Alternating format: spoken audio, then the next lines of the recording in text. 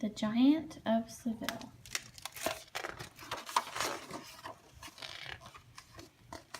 Life was too quiet in the little town of Seville, Ohio.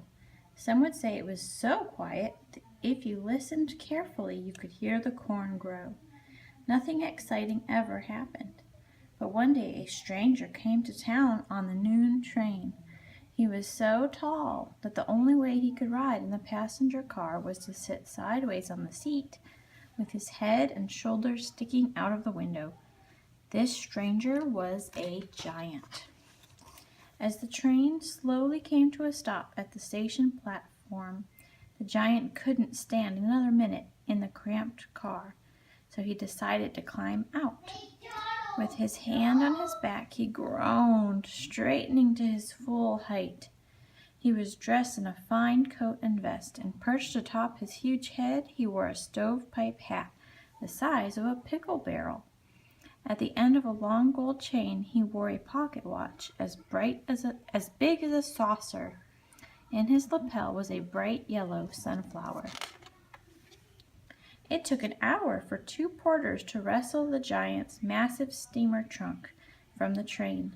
Stenciled on the side of the trunk in gold letters were the words, Captain Martin Van Buren Bates, 8th Wonder of the World. As Captain Bates strode down Main Street with his trunk under his arm, word of his arrival traveled fast. Soon a crowd of people gathered to follow the giant through town. Captain Bates went straight to old Mrs. Crawley's boarding house. The sign that hung beside the front door read, All peaceable folk welcome.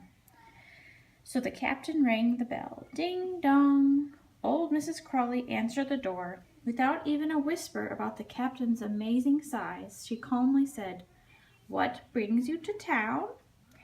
The stranger kindly replied, I've traveled the world over in the circus with my wife, who is every inch my height. Together we've entertained royalty and common folk alike, but now we're tired of show business and just want to live a quiet life like everyone else. So I left my dear wife back east and boarded a train to search out the perfect place for our home. But it seems I'm just too big for every town I visit. Now, this was the most exciting thing ever to happen to the sleepy town of Seville. All the townsfolk decided right then and there to make the giant feel right at home. Old Mrs. Crawley was a gracious hostess. She showed him to her finest room, the one with the king-size bed. The bed may have suited a king, but later that night Captain Bates was uncomfortable.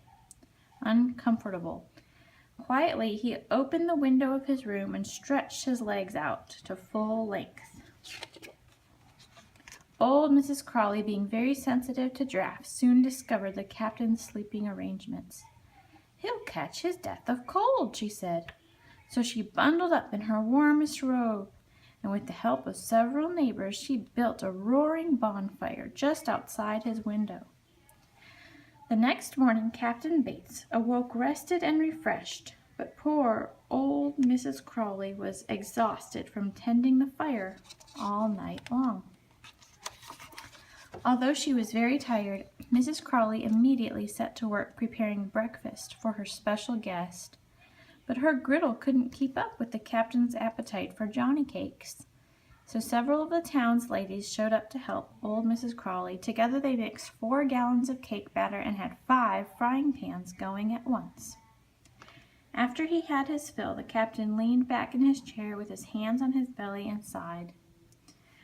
Oh, thank you kindly, ladies. That was the finest meal I've had in quite a spell.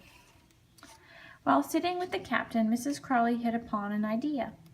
We'll have a square dance tonight in the parlor, she beamed. This way you can meet all the townsfolk, and then I'm sure you'll decide that Seville is the perfect town for you and your wife. That night, everyone in town turned out for the big dance. The furniture was pushed off to one side and the carpet was rolled up. The sheriff of Seville sat at the piano and the barber played the fiddle. As the music and dancing increased to a fever pitch, all the guests cleared the floor and formed a large circle. In the center, Captain Bates danced a jig with such vigor that everything began to shake. Suddenly, there was a loud crash. When the dust cleared, everyone noticed a large hole in the floor. The crowd peered down and saw that Captain Bates had fallen through. He sat in the cellar, surrounded by splintered wood. The men fetched a ladder to help the captain up. Luckily, the only thing injured was his pride. Captain Bates turned to old Mrs. Crowley and said, "I'm mighty embarrassed and sorry for all of the damage I've done, especially after you've been so nice to me. Please add the cost of repairs to my bill. Perhaps it's best I catch the train in the morning. I guess I'm too big for Seville after all." Bright and early the next morning, the men and women of Seville arrived. They were carrying hammers and saws and kegs of nails. The captain thought they had come to repair the damage to Mrs. Crowley's floor, but he was wrong. A bugle began to play, doo-doo-doo-doo, and everyone marched together toward the edge of town. Old Mrs. Crowley took the captain's hand, and they followed. The women set up a big kettle and began preparing food as the men started to work laying foundation stones. The captain thought he was joining a barn-raising party, but he wasn't. The men were building a house, a giant-sized house. The captain was touched by the kindness of the people of Seville, and it was then that he realized he could not live in any other town. Captain Bates sent a telegram to his wife to let her know he had found a town where the people were small, but their hearts were giant. A few days later, Anna Bates arrived. The whole town of Seville turned out to witness as Captain Bates carried his wife over the threshold of their new home, and the size was just right.